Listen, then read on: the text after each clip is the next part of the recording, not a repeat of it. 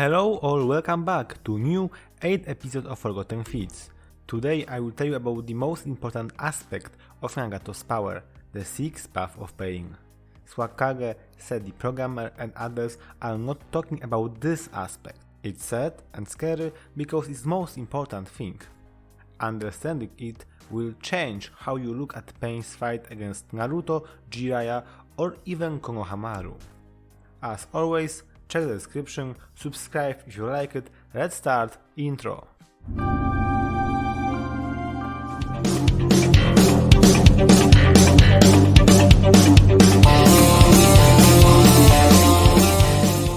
Nagato is one of the most important characters in the series.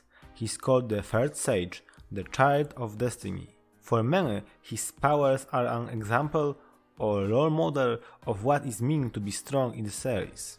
He was able to withstand the use of two Ringans, while for Obito, one Ringan was too much and half of Obito's body was made of Hashirama.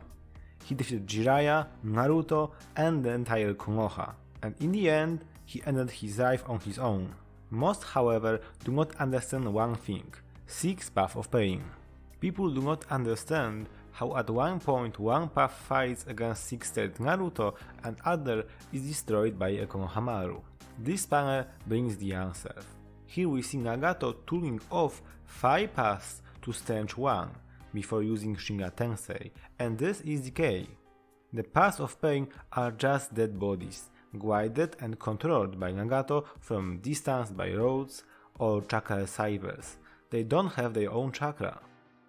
This means that all of chakra path use come from Nagato, so Nagato divides his chakra between the 6th path and himself. Nagato, using 6th path at once, divides his power into 7 pieces, one from himself and one for each path. If he only used one path, that one path could possess most of his power. When all paths were active, Tendo pushed away single jutsu or Kakashi, but while Tendo was on the only path worked, he destroyed the entire village.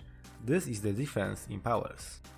Most forget that and say that Tendo is strong and other paths are weak, but that's not the truth. The power of each path is variable, and the one considered weak would become stronger if only Nagato would focus on this path.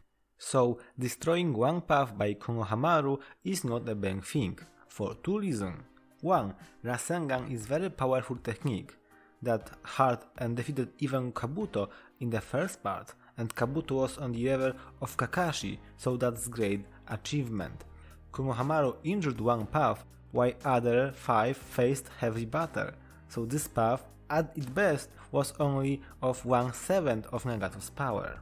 The conclusion is simple: the more paths are active, the weaker each of them is physically. One more thing is worth adding here.